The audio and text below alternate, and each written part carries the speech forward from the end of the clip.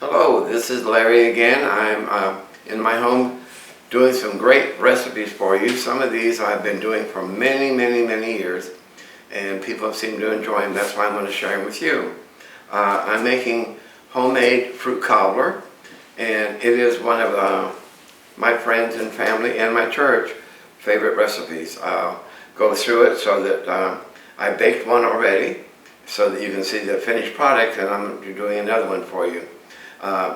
My church in Tampa, Hyde Park, I did 4 of these a week for all my friends there, and other people have enjoyed them too. So I'll get started right now doing the cobbler. First of all, let me show you this one I did this morning. This is a fresh apple cobbler, and it's great with ice cream and easy to do. So I'm going to show you how to do that and other ones also. First of all, you start with self-rising flour. If you haven't purchased it, please do, because it's so easy to work with. And the cobbler and the pancakes and the bread pudding and everything I'm doing this morning is to help you not only save money, but make it easier for you and better for your family and friends. So we start with the batter, which is 1 cup of self-rising flour, 1 cup of sugar, 1 cup of milk, and a teaspoon of vanilla. In your favorite dish, you melt 1 stick of butter, and I did the blue, so I'm doing blueberry cobbler, which would be my next one. So with your whisk, try to get all the lumps out as much as you can. It doesn't have to be perfect, but this is the batter. And a few years ago, I don't want to say I cheated, but I came up with another idea. I got the blueberry or apple pie filling. I use that as a base to go over the butter that I've already melted in my dish. And you bake the cobblers at 350 for 1 hour. And this is just, I don't want to call it cheating, but it is a great way to make it even better. I don't always do it. And when you do apples, for instance, you use 8 apples. And the best apples for cooking, whether you do applesauce or pie or cobbler, are Macintosh, Wine Sap, and Jonathan. Don't ever use Red Delicious or anything like that.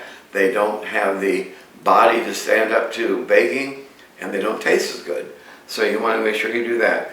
We'll spread the blueberries over the melted butter. And then I, as you see, have fresh blueberries, which I will sprinkle over the top, just so that you got lots of blueberries. In all the many years I've done this, blueberries seem to be at top of the list. I'll tell you in a moment how to do other kinds, so that you might have your favorite, and if it's not blueberry, we don't want you not to try this great recipe. It doesn't have all the preservatives and additives and all the other things, and who doesn't like fresh fruit of one kind or another? So that's the blueberries, and over that we'll pour the batter.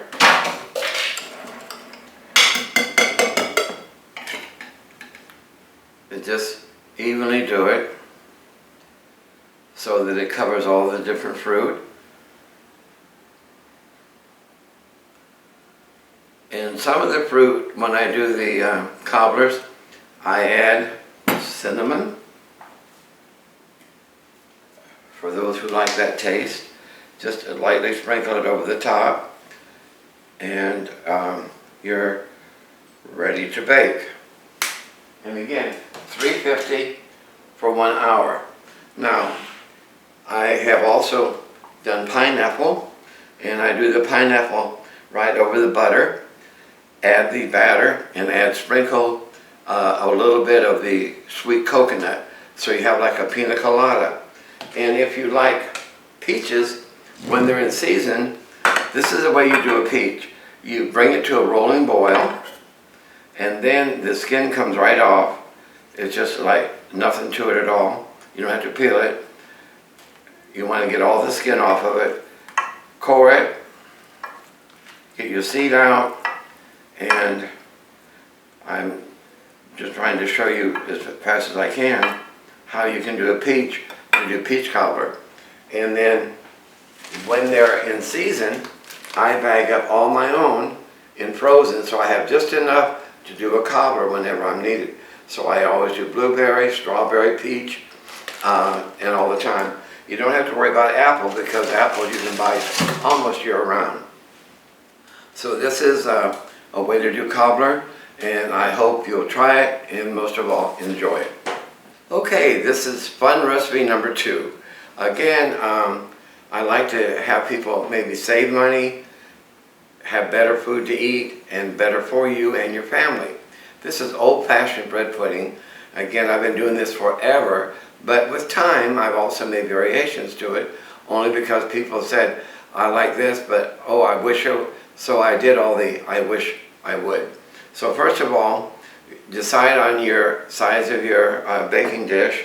You want to grease it in the inside so it doesn't stick, because you have a lot of liquid in bread pudding and it has a tendency sometimes to bake that hard. So you're going to do, now this is a double. I'm going to show you a single recipe so you can evaluate in your own mind if you need it for your family and how much. This is a single recipe. I'm doubling it for this dish and I'm making it a little different. This one is chocolate bread pudding, and many people have said, chocolate bread pudding, you got to be kidding. Well, this is it.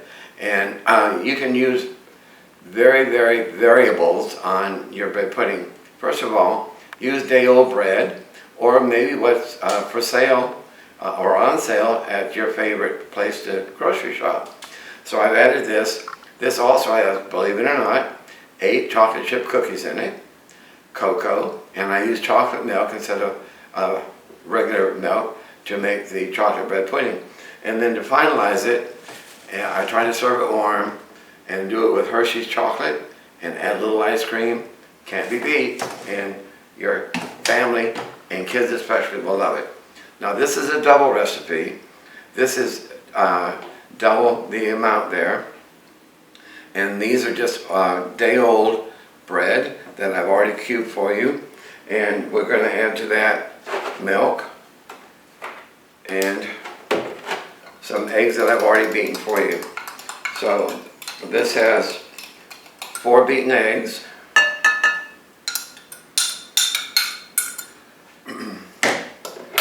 and we have 4 cups of milk,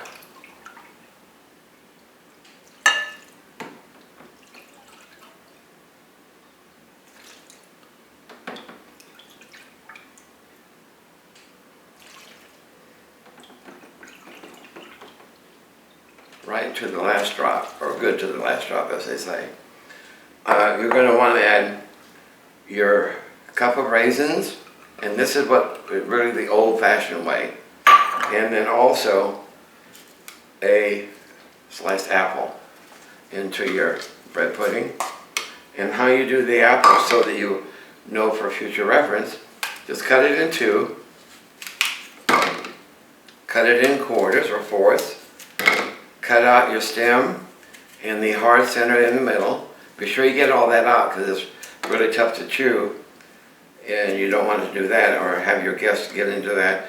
And then just slice it, and I do this for the cobbler as well as the bread pudding. So that's sliced apple, a cup of raisins. Now we're going to add some other ingredients to it: cinnamon, vanilla, and salt. Okay, we do a half a teaspoon of cinnamon. Maybe, maybe not.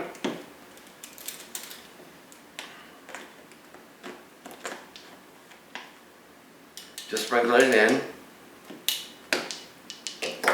A quarter teaspoon of salt.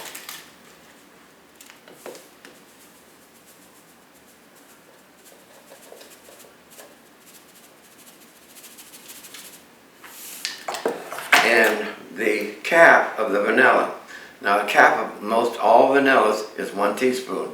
So just try to remember that. It'll save you having to worry about another item. And we will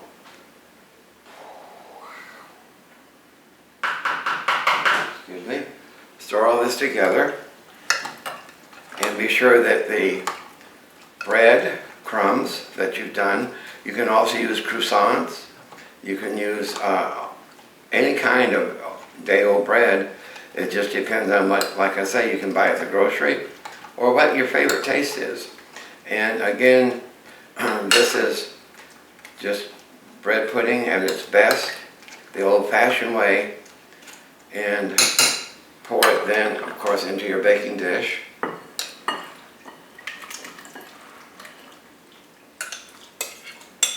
And after it's in, I stir it in the bowl itself, because sometimes the raisins don't get all the way through like they should.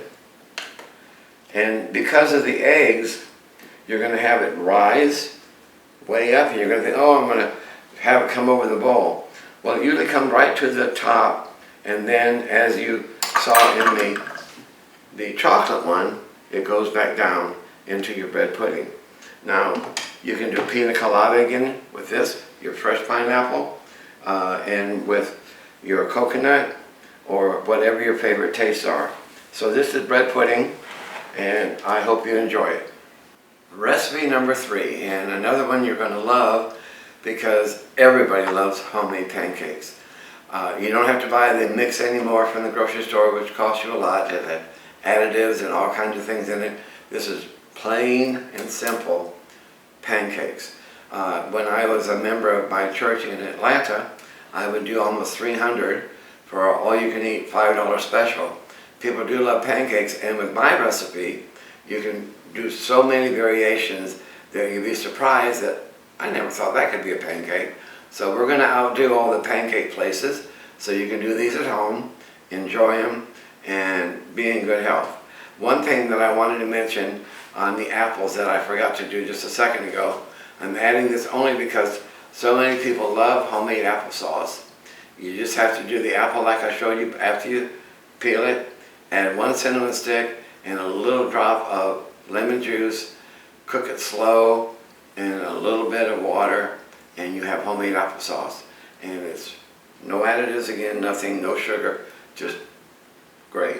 So the pancakes are 1 cup of self-rising flour, 1 beaten egg, 1 tablespoon of sugar, a cap again of 1 teaspoon of vanilla, and milk only to get to the consistency that is thick enough to use. You don't want it too runny and you don't want it too thick. And when I do the pancakes, I do usually 3 to a cake, and this recipe does about 8 pancakes. So you can kind of know I got to double it if I'm having people in or less. And this recipe is also good to dip fried mushrooms and fried shrimp in, etc. I'm going to do 4 here for you so I can just show you how to do it. Now, how you know when they're done, the inner part of the pancake bubbles, has little bubbles come up, and that's when you know it's time to flip your pancake. So we're waiting for that. This one's starting to say, yeah, I'm almost ready. Yeah, this one's coming in there too. So we're going to have all the little bubbles in a minute, and you'll know when to turn your pancake. Now you can add so many things, and I'm going to give you 10 variations on this one simple recipe in just a moment. So we got bubbles going, and flip. Whoops, didn't do good on that one, sorry. My mistake.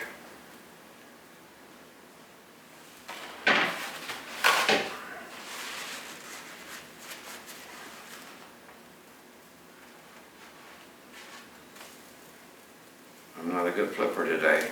I'm gonna get fired. There you go. So you can see they're nice and brown, and I should have used my metal instead of my plastic turner, because it does better when you flip pancakes. So I always push them down a little bit so that if there's any dough right at the edge that's not getting cooked, they can be there, not quite ready.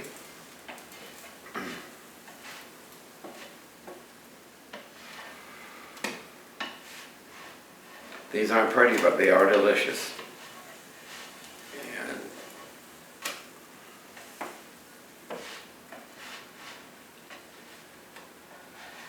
When I had my mountain home in Georgia, my grandkids would spend the weekend with me, and I would get up at 8 o'clock in the morning and make pancakes, and they were still asleep. So I'd ring a bell, and I said, "Who wants pancakes?" And they all say, "We do, we do." And that's how we got along with our pancakes many years ago, because all my grandchildren are grown now, but it was a fun time for our family. And they do love my pancakes. There we go. These are ready to serve, and now I will give you the variations. If you want to keep them warm, stack them on the side, and that'll keep them warm so you can serve them. Because everybody doesn't want one or two, they want 2 or 3 helpings. So here's some variations for you. One is oatmeal bacon. And so in the same recipe, you use a half a cup of oatmeal, uncooked, and about a half a cup of chopped cooked bacon. It's a great combination, and I always advise people use maple syrup with this. It makes it taste so great, and you can enjoy it. The other is chocolate. Chocolate pancakes are great, and I use with that chocolate milk and a tablespoon of cocoa, and you want to add in about a half a cup of chocolate chips. When you do them, be sure that you watch it, because you don't want the chocolate to burn. So always be sure that when you turn them, before you put the next pancake out, there's no chocolate on your pan. Then the other one is apple. And I use brown sugar instead of white sugar with this recipe. And you want to add a teaspoon of allspice, a teaspoon of cinnamon, and your fresh apples. Instead of the slices, I like to chop them up without the peel, so that they're not having to worry about eating that when they have their pancake. Blueberries, again, a great one. And fold in all your extra things. Never try to stir them in or beat them in, or use a Cuisinart, which is great. When I did my hundreds of pancakes, we used to have 3 people making pancakes in the Cuisinart, so that I'd have plenty to serve, because there was always a line of hungry pancake eaters. So you can also buy blueberry syrup, and you can also buy blueberry jam or jelly. So those are all to make a complete thing for you. The pumpkin, that's this time of year. So you use your brown sugar, again instead of your white, 1 cup of pumpkin puree, which comes in from the grocery store, easy to buy, and a tablespoon of allspice. So that's another good one. Pina colada is another one that I do quite often, and it is with little chunks of pineapple cut up very fine, coconut added to it, and you can add your vanilla, of course, to that one also. And I try to use coconut cream instead of regular milk in the recipe. So you have that true kind of pina colada thing. The last one I'm going to tell you is a little bit more detailed, and this is what I call south of the border. Some people just don't have a sweet tooth. This is great for your Cinco de Mayo brunch, or you can use it when you do other pancakes, because the recipe, as I told you, is very basic. It's how you add to it. You can make a double batch, split it, so some of your friends have one kind, some another, or I like just plain old pancakes personally, a lot of butter, and of course I use what nobody else uses, Caro syrup, the white syrup on mine. So this is south of the border, and I'm not going to make them, but I'm going to tell you that I'll use half a cup of chopped pepper, half a cup of onion, whole kernel corn,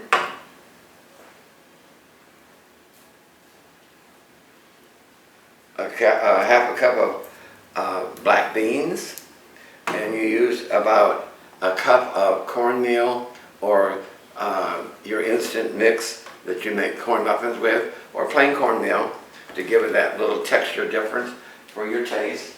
And then last but not least, I use chili powder, and to that I use about a tablespoon. I do that by doing one, seeing if it's the right taste, and then add to it. If you want to go another step, this is also good to put like a quarter cup or maybe a little more of your bacon that you've already cooked and chop that up. So you really have almost a meal in itself, and it's great. It's great for all your friends and your special occasions. So that's Pancakes 101.